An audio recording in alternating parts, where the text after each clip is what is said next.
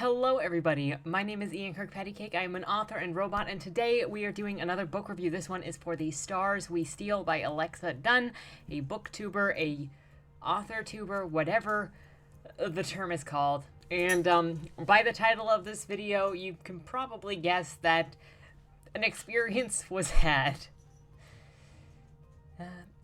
Yeah. But before we get started, the first thing is I actually think I figured out what was going on with my microphone, so my sound should be fixed, theoretically. Let me check that right now. And yes, it looks like my sound is normal. It's not dropped, it's not clicking, at least as I record it now and the bit I just checked. So theoretically, we should be good, thank goodness, because yeah, I know, it's such a problem. I'm gonna keep the... What is going on back here? Guys, what in the heck is going on? Okay. Okay, we just had a trip in the Matrix? I don't know. We'll see.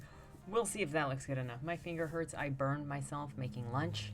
This book is described as Jane Austen in space meets The Bachelor. The author also calls it a retelling of Jane Austen's Persuasion, but beyond taking some initial inspiration, some language, some character names, I don't necessarily see the full comparison here.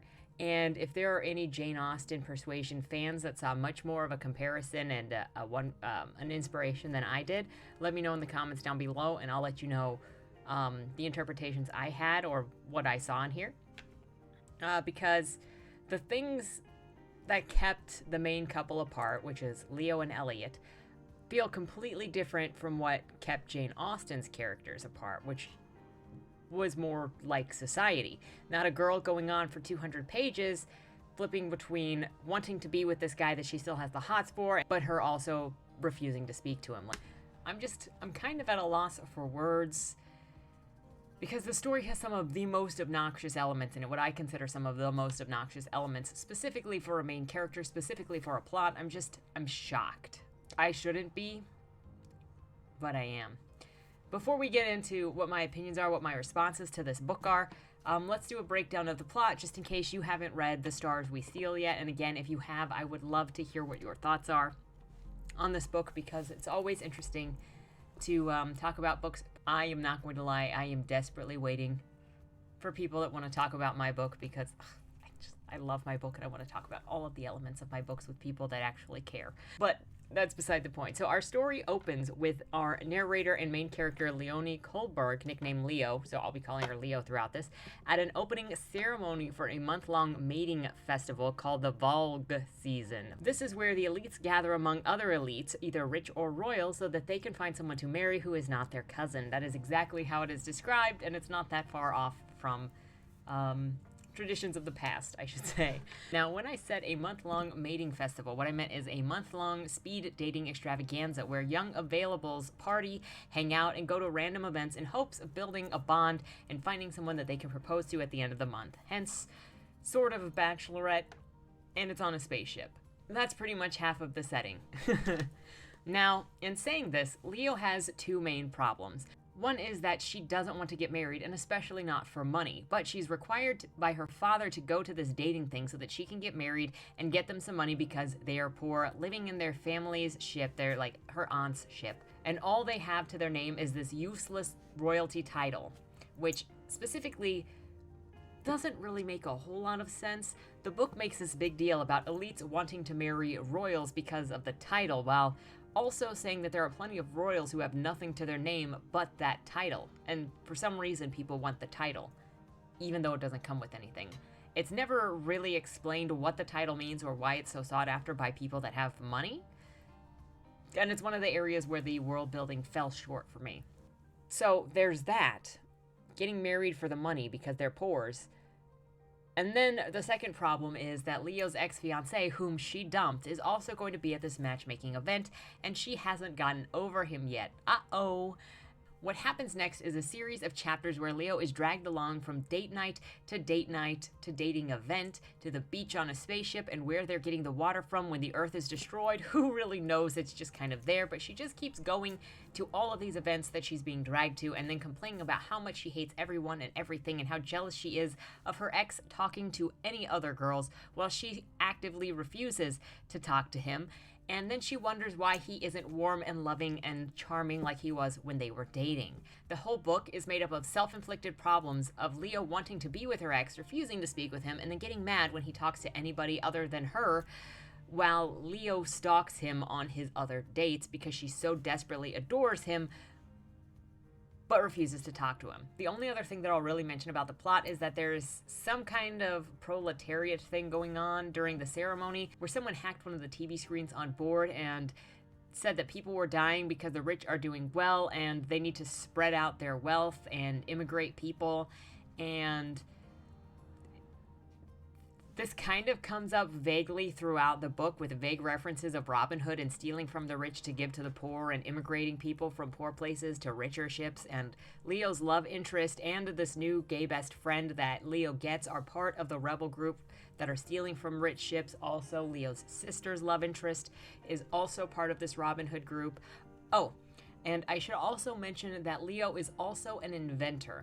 She has this water purification system that she wants to sell to other spaceships that, once it's patented, should make her family money so she doesn't have to get married for the money. She spends a couple of moments throughout different chapters of the book sending emails to different ships to try and get people to buy into her idea, while intergalactic legislation puts pressure on different spaceships to follow new resource requirements or be decommissioned. Obviously, in the end, Leo gets back with her ex, her aunt is arrested, and all is right with the world again, except it's not, because I really wanted Leo to suffer in this book, and I knew it was never going to happen from the start because of the type of book that it is. So that's the basic premise of the book. If you didn't catch it already, I'm gonna just spoil the crap out of this book for whatever I have to say about it, so if you don't want this book spoiled, it's probably too late because I already gave you the ending. So, getting into my critique, review, whatever of this book, the biggest issue with the plot, the majority of the conflict can be summarized as, I'm in love with my ex, I broke it off with him because he's poor, I'm still desperately in love with him, he keeps throwing himself at me, but I won't talk to him about my feelings because of my ego. Why doesn't he treat me like he did when we were dating, as I continuously reject his advances and yell at him and berate him every chance that I get? That's pretty much it. Leo is the forever victim to her own inability to act like an adult, and the book would have been much more interesting if it spent less time with Leo getting in her own way with, I want to talk to him, no, I hate him, but I love him, and more time with Leo and Elliot acting as a couple and facing the turmoil together, or having exterior forces pull them apart, because it's not like the elements weren't kind of vaguely in the periphery. Vaguely in the periphery. The plot revolves around shoving your own foot into your mouth the whole time to sustain it 80% of the way through. I'm sorry, you don't have a conflict. So, the characters. I'm not going to talk about all of the characters in great detail. I'm going to talk about the main three, which are, of course, Leo, her ex-boyfriend, Leo, her ex-fiance / love interest, and then her secondary love interest, because, of course, there's an attempt at a love triangle, but it's not really a love triangle. I'll explain when we get there. So, first things first, the star girl, Leo. She is the worst kind of heroine that there is. She's angry, selfish, obsessive, neurotic, controlling, ungrateful, bitter, and she lacks so much self-awareness that she would agree to marry her boyfriend at 16, then 12 hours later break it off because he's poor, when all of this time she said that she didn't care about financial status and she didn't care about what other people said. She was going to do what she wanted to do. And then when asked to run away with him, she says no because she has to stick and take care of her father and her family. But then she still wonders why he might be just a little bit not cool with her when he appears again 3 years later. She has no clue what might have gotten in the way of their relationship. As if it's not obvious already. I don't know how much I can really go on about Leo, because when I was writing this script, looking over my notes, all I kept seeing was, oh my gosh, I want her to suffer, what the frick.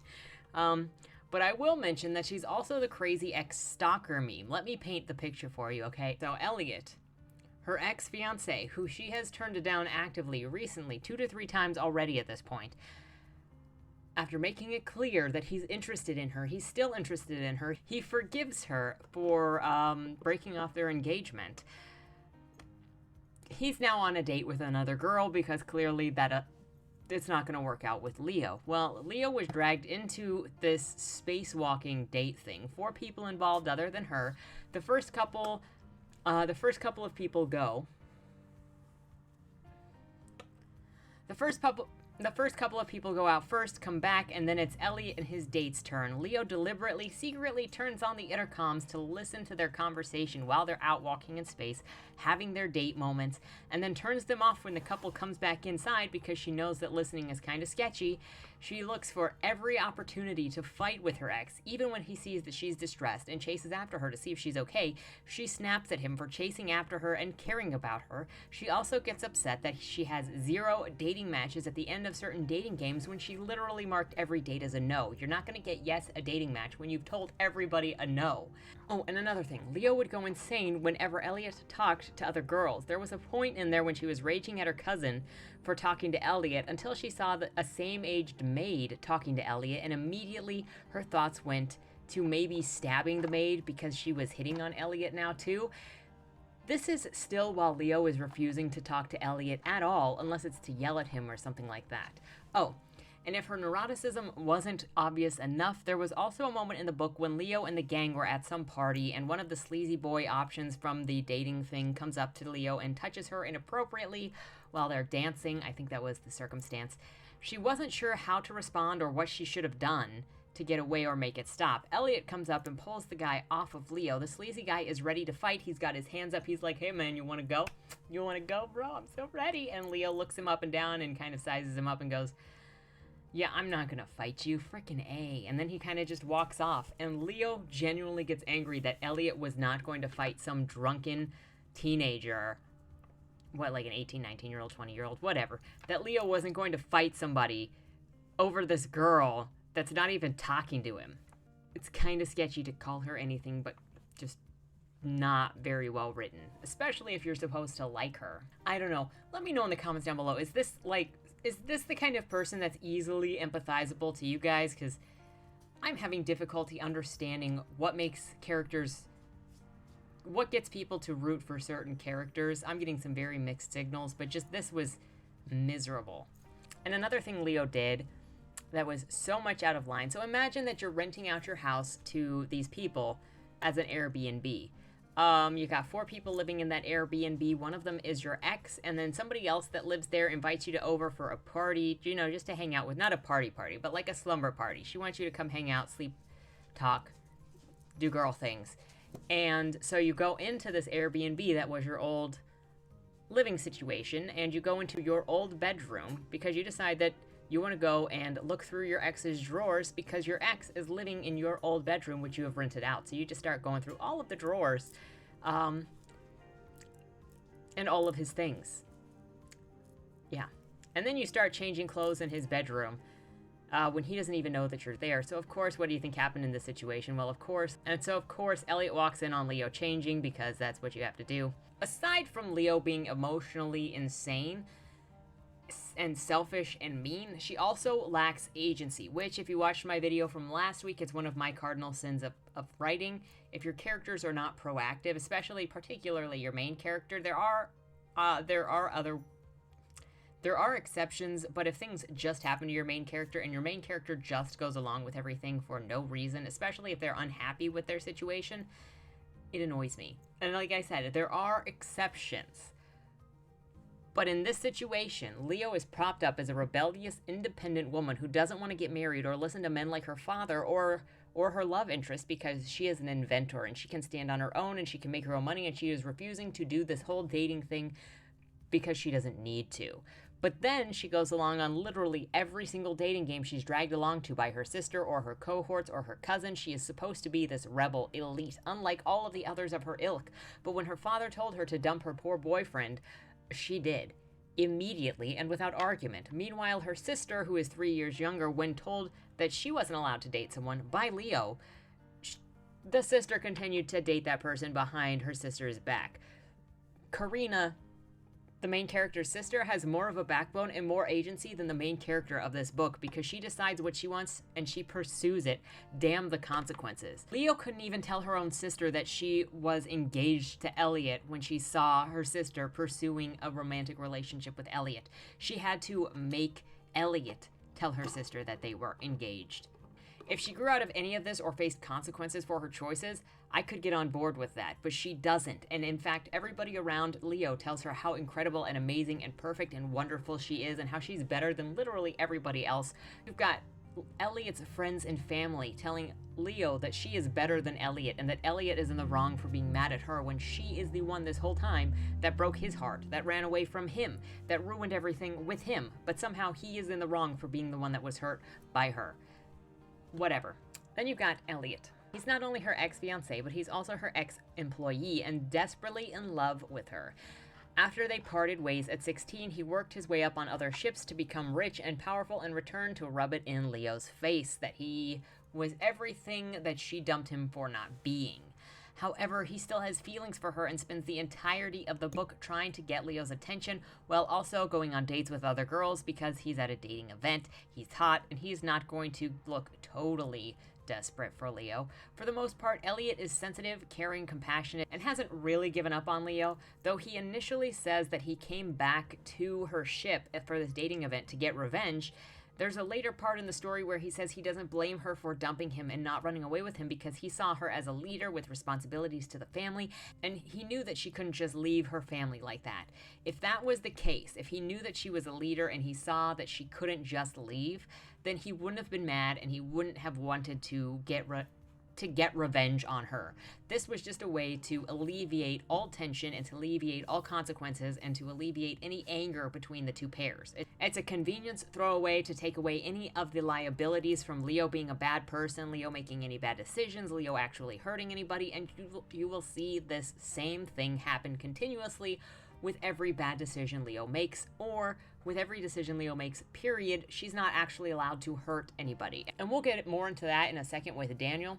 The trajectory of the relationship for Leo and Elliot was always just obvious, so there were no levels, no real fights, and it was boring, and honestly, Elliot deserves better. Everybody in this book deserves better than Leo. She kind of still deserves to suffer. And let me make the final case for her suffering for you with Daniel, who is Leo's alternative love interest. He appears early on just as a side character, dancing in the opening ceremony. You know that he's going to be important because he is one of two love interests her age who doesn't act like a sleazeball or a jerk. Everybody else in this book acts like a jerk. Yep. And that's kind of the dead giveaway for flat writing. So Daniel doesn't really become part of the story and just appears in little moments here and there in the speed dating for a second until about 75% of the way through the novel when Leo decides that she is for real mad at Elliot and she's done with him. So then she just bonds really, really quick over about 25-30 pages with Daniel for a couple of days where it's all told in exposition, and then he proposes to her. Now, there's something different about Daniel.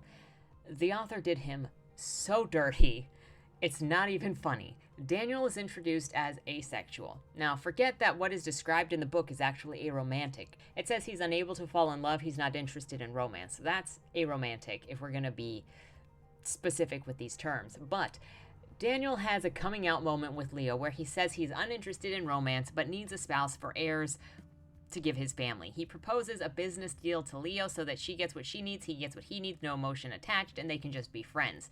His only purpose in this book is literally to be the arms for Leo to fly into when she's mad at Elliot, but also to have zero consequences.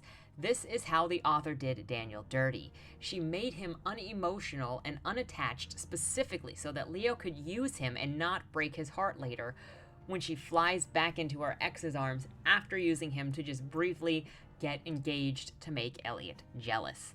Obviously, the author didn't want to break a second boy's heart. What bothers me the most about this is not just the sale gimmicky nature of this book, which is boasting about having an asexual and a lesbian and a gay couple and a demisexual in the story. but Daniel's specific design, the creation of the asexual, aromantic, whatever, is there so that Leo faces no consequences in rejecting Elliot, getting into a new relationship, and then rejecting that new relationship to go back to her ex, who we knew she was going to end up with to begin with.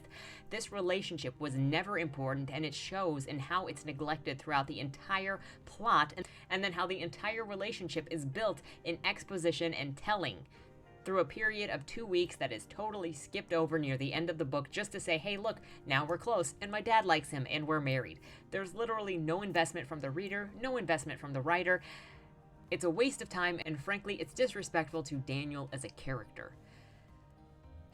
The other characters in this book aren't even worth mentioning, really. They're all flat, broad generalizations and hardly developed. The aunt is rude and sassy and mean. Carissa, the main character's sister, alternates between fawning over Leo and being a bubbly, popular girl that gets all of the boys. Clara, who is Leo's cousin, is a bitch to increase that feeling of every female is always in competition with one another, and to give another person that she's in competition with to get back with her fiance. And every boy who isn't one of the two love interests in this book is either sleazy or the barely mentioned gay couple living in Leo's old ship. If people get mad at me for writing flat characters, excuse me. No, I'm not salty. The setting, like I mentioned during the plot summary, it's undeveloped wall dressing that literally means nothing but to say, hey, look, we're in space. Some things just don't make sense. Like Leo's big invention is water filtration in space. But in this book, everyone's been living in space for about 200 years now.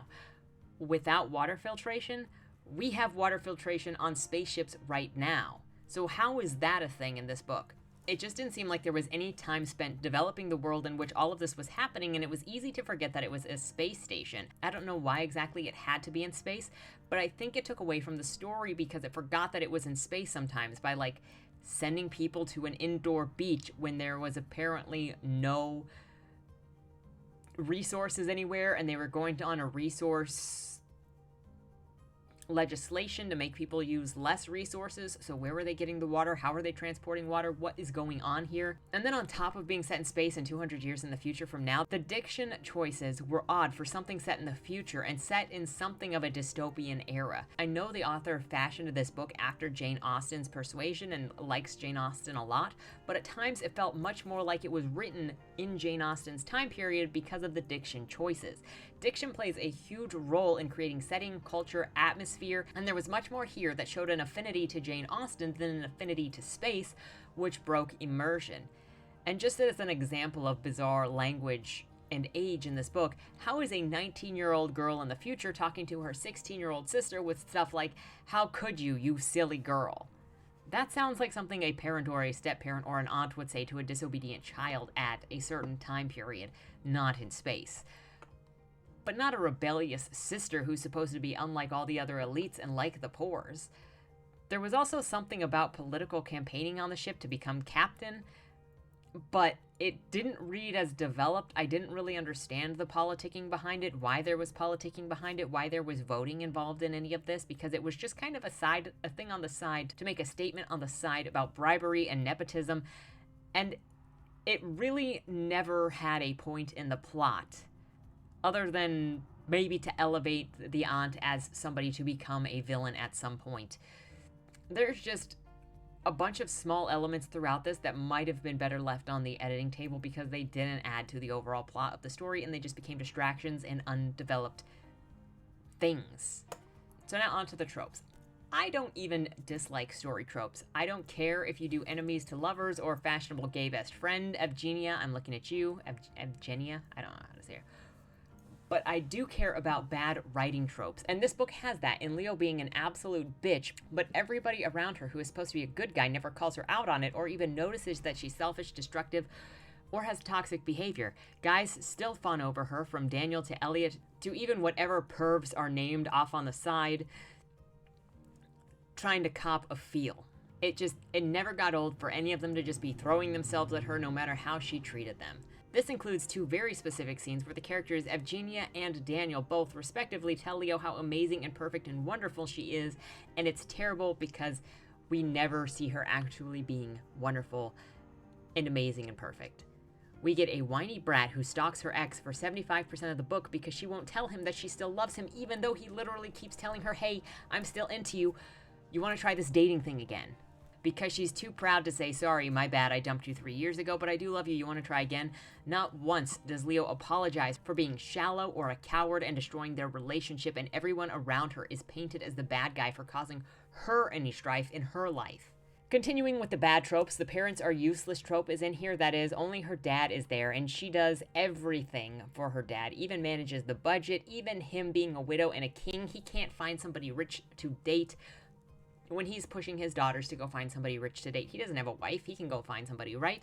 And his position in the story really just makes it feel more like a YA than a book for adults, because you always have the useless adult, the useless parent in books for YA. Her dad isn't the only useless man in this, though. Pretty much every male character in this book falls into the trope I like to call evil, useless, or love interest, but don't think that or precludes anyone from being a combination of the three, because you get that too.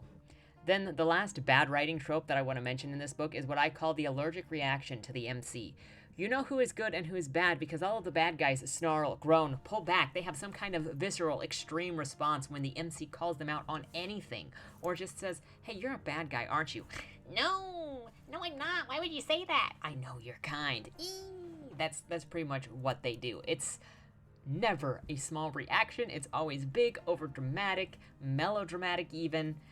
And it's in this book. You know who the bad guys are because they flinch when Leo talks to them. The writing in this book isn't great. More time is spent explaining every thought, emotion, action, reaction, and attempt to read people's minds to give us a reason as to why those characters are acting the way they are, instead of letting us think of them poorly for a little while and then creating, redeeming them later. Every bad guy in this book has to have their minds read so that you, the reader, know that that is a bad guy and they're making bad decisions and you shouldn't trust them, i.e. the allergic reaction. Every time a good guy character makes a bad decision or makes a selfish decision, we need to be told so that you don't think that that good guy character is actually a bad guy or that you dislike them. Look, let me justify it for you, okay? You don't need to think of that person as a bad person just because they did something bad. There's a good reason for them doing something bad. Just believe me. This is probably my #1 pet peeve in narration styles. Authors don't need to explain literally everything to the readers. Authors don't need to explain every little inflection, every little thought. If your character acts distastefully for a bit, readers are smart enough to be able to pick up on that, usually, and then draw lines between why that is if you've laid out the clues. Let me explain. There was this line in the book, this specific line, and you'll see this throughout the book. Quote, I could practically hear the wink in her tone. Clara was flirting with him. Hard. This doesn't inform the reader of things that we don't already know by watching the interaction between characters. And in fact, it makes it feel like the author thinks the readers are dumb, or the author is working towards a word count if this kind of explanation is put in there not because the author doesn't think the readers can pick up notes. Finally, and you probably got an idea of this already from the stuff that I've mentioned, but the conflict in this story is all cosmetic. Consider this. Leo is supposed to be so poor that they are living on her aunt's property free of charge. But how does this being poor actually affect Leo from her day-to-day life? She always has just enough money from budgeting to get everything that she wants and have everything she needs, and if she can't get it herself, somebody gives it to her. So the lack of money doesn't add to Leo's desperation to get to a better place, to make her move forward to do something, and it doesn't become a motivation. The pressure just isn't there. I'm gonna be... So now for the ending of the book, I'm going to be brief with it because the ending felt brief to me too. Suddenly, we're just thrust into the situation where Leo's aunt has stolen her invention as pretending it's her own for some kind of unexplained political power that I never really understood, because this political game is all sort of in the periphery.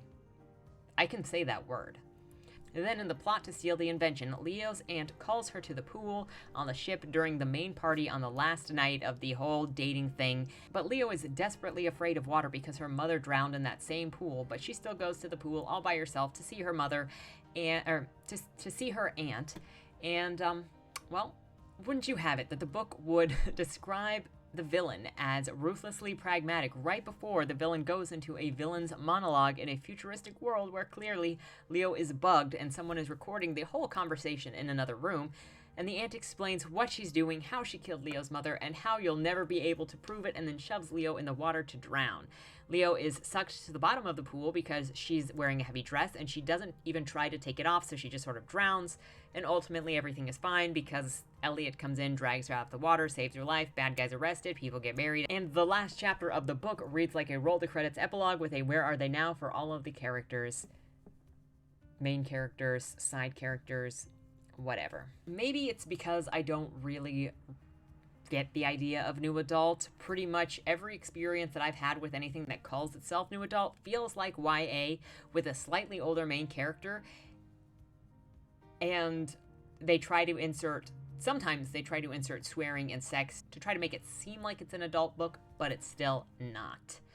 Leo felt like she was 16. Her sister felt younger than 16 in this, especially from how Leo talks about her sister, talks about taking care of her sister.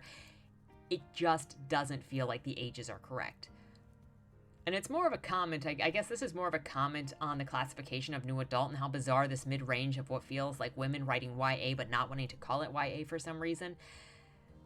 It's okay to write YA, guys. It's a very popular genre, and a lot of people over the YA age range enjoy YA, so I don't really understand this. Then there's this freaking thing, oh my gosh, where Elliot made a confession to Leo via a handwritten letter in this space situation, and she didn't even see the letter because it fell off of the bed or something. So later, when the drama is going down near the end of the book and Elliot asks her if she saw the letter, she says no. He just tells her, go to your room and go find the letter to see what I told you, instead of just telling her his confession in the hallway right there. He goes, go read the letter and then come find me. What? I understand why he would write her a physical letter, specifically because he explains, hey, I thought you would just delete it if you saw me send you an email. But when you're standing in the hall, why not just explain to her the situation and then she can go and double check in the letter later when all of this drama is over, or if she doesn't believe you? I honestly don't know. If this was supposed to be a retelling of Jane Austen's Persuasion, it missed the mark on what Austen was satirizing of the time period. It tried, but it took only the shallowest interpretations of social gatherings and dating rituals to show the ridiculousness. In fact, if the book had taken on the idea of satirizing the ridiculousness of modern and future dating conventions and social pressures with how Leo and Daniel and Elliot and even Karina or Clara dealt with it, it would have given them so much more chances to be charming as we laughed along with them with how ridiculous all this dating stuff actually is. But it didn't do that. It barely touched on dating conventions like apps and dances or speed dating, but it didn't take any time at all to actually use them in a light or satirical manner. They're brought up just so Leo can complain about how stupid they are and how she hates everything, and then nothing happens. Ultimately, it just felt like it was trying to do too much in one story instead of having a simple want and need for the characters to chase after while the plotline happened around them. Oh yeah, and near the end, after Leo is already engaged to Daniel, she finds out that Elliot is also engaged now to her cousin, and she's outraged and doesn't believe him when he says that he loves her, because she goes, how could he get engaged to somebody else if he loves me? Completely divorcing herself from the situation where she's also engaged to somebody else, but she supposedly still loves Elliot back. It's a book about a whiny teenager the whole time, not doing anything for herself and not, oh my gosh. But people like this. Do you like this? Let me know. Do you like this? Because this is the book. That is everything that is The Stars We Steal.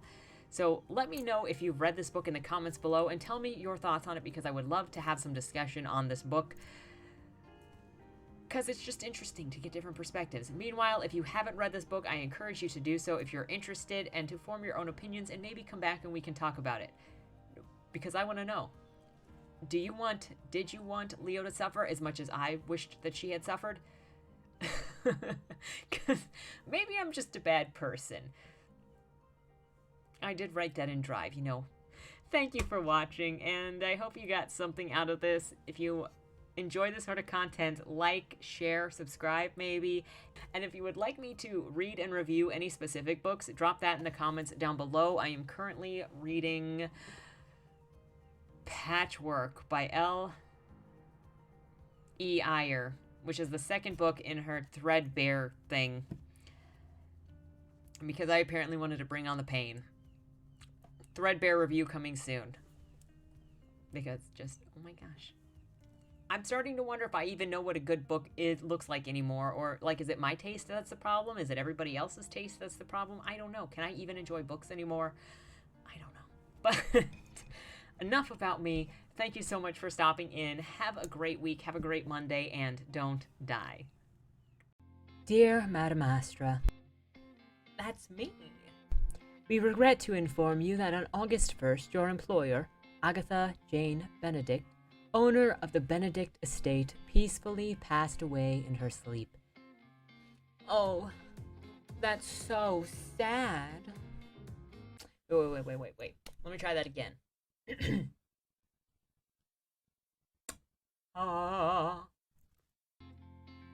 Oh my goodness, that's so sad. Yeah, I think I'm ready.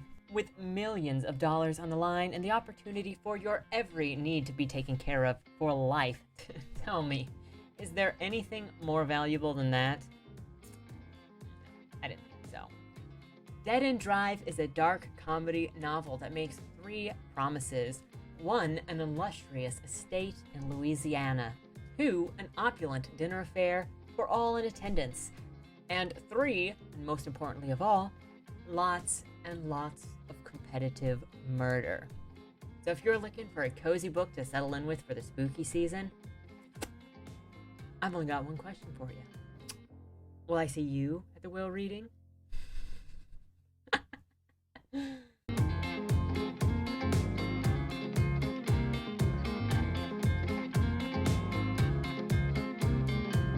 Only losers lose!